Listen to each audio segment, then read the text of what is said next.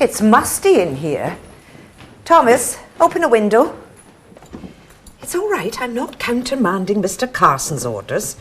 I suppose I can ask for a window to be opened without your calling the police. William, go and tell Mr. Carson that Servants' Hall breakfast is ready.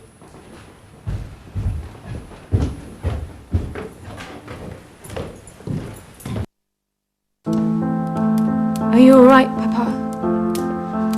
I suppose so. If being all right is compatible with feeling terribly, terribly sad. Me too.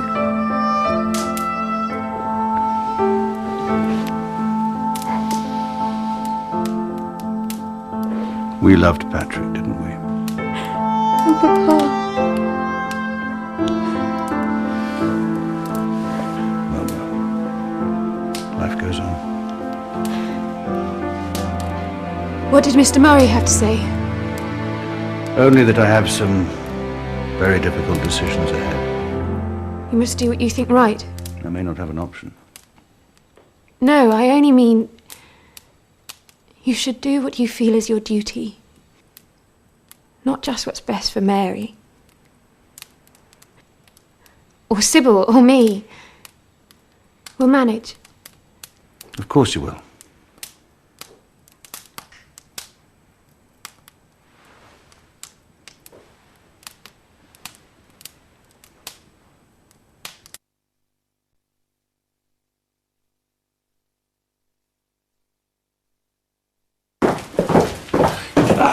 Anna, I'm glad I've caught you.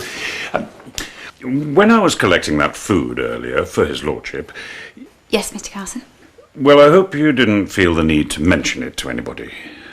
When his lordship makes donations to charity, you understand, he doesn't like notice to be taken of it.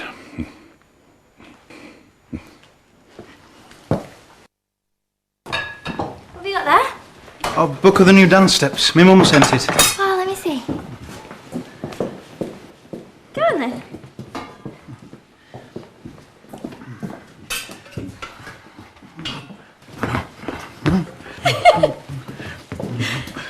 Whatever will they think of next? They'll think there's a hyena loose in my kitchen. Sorry, Mrs. Patmore.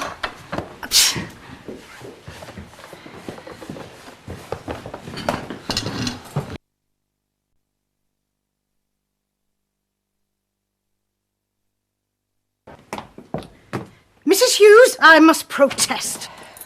What is it this time? When I ask for self-raising flour, I mean that it should be self-raising. I do not add the words as a frivolity to amuse myself. And? You gave me plain flour.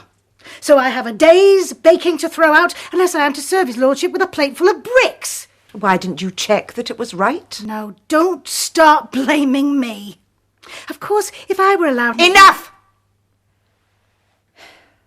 I will bring the flour. See that you do.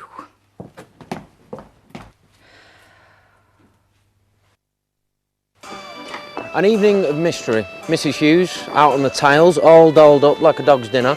Then Mr. Crawley hurries into the library, followed by his lordship. What are you suggesting? Who knows? There are more things in heaven and earth, Horatio. Who's Horatio? Come on, Daisy.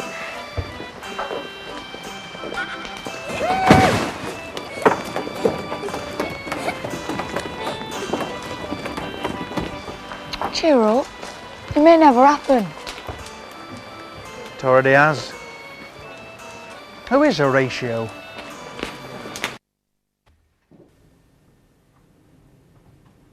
Are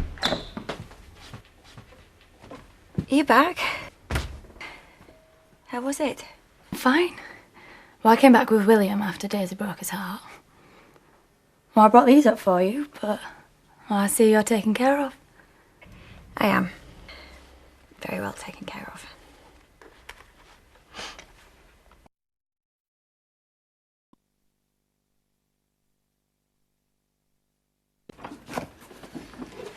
I'm sorry to disturb you, my lord. I don't know how I missed the gong. I must have been distracted. Never mind, these things happen. While you're here, Carson, I'm afraid I was angrier at dinner than the situation warranted. I hope the servants won't make too much of it. Well, they like a story, but they move on quickly enough. I don't want Branson to be upset.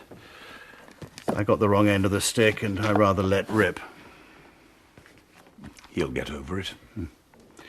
Well, what are we to do if Lady Sybil turns political? I'm sorry, was there something else? No, my lord. Good night.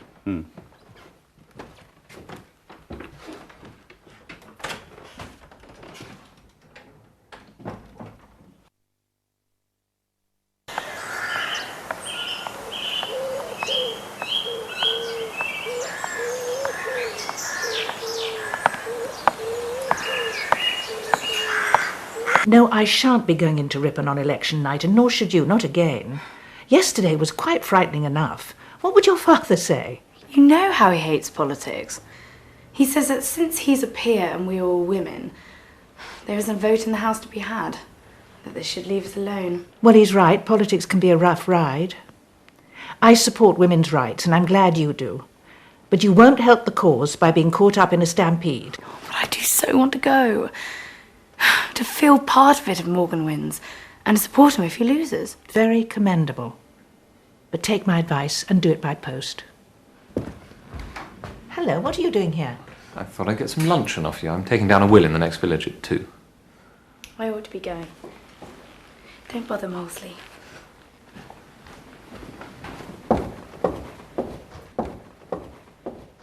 What did she want?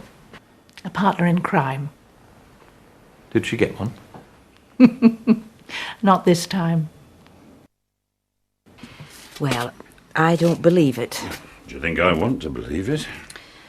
I wouldn't trust Thomas or O'Brien further than I could throw them. And Daisy. Well, that's the hard one. But surely, Mr. Bates. I agree. But I've had some shocks lately when it comes to thinking you know people. Some bad shocks. And he knew the wine was missing. How was that? Well, what are you going to do? I'm not sure yet. I think I might get them all together, light the blue paper, and see what happens. Yeah. Can I watch?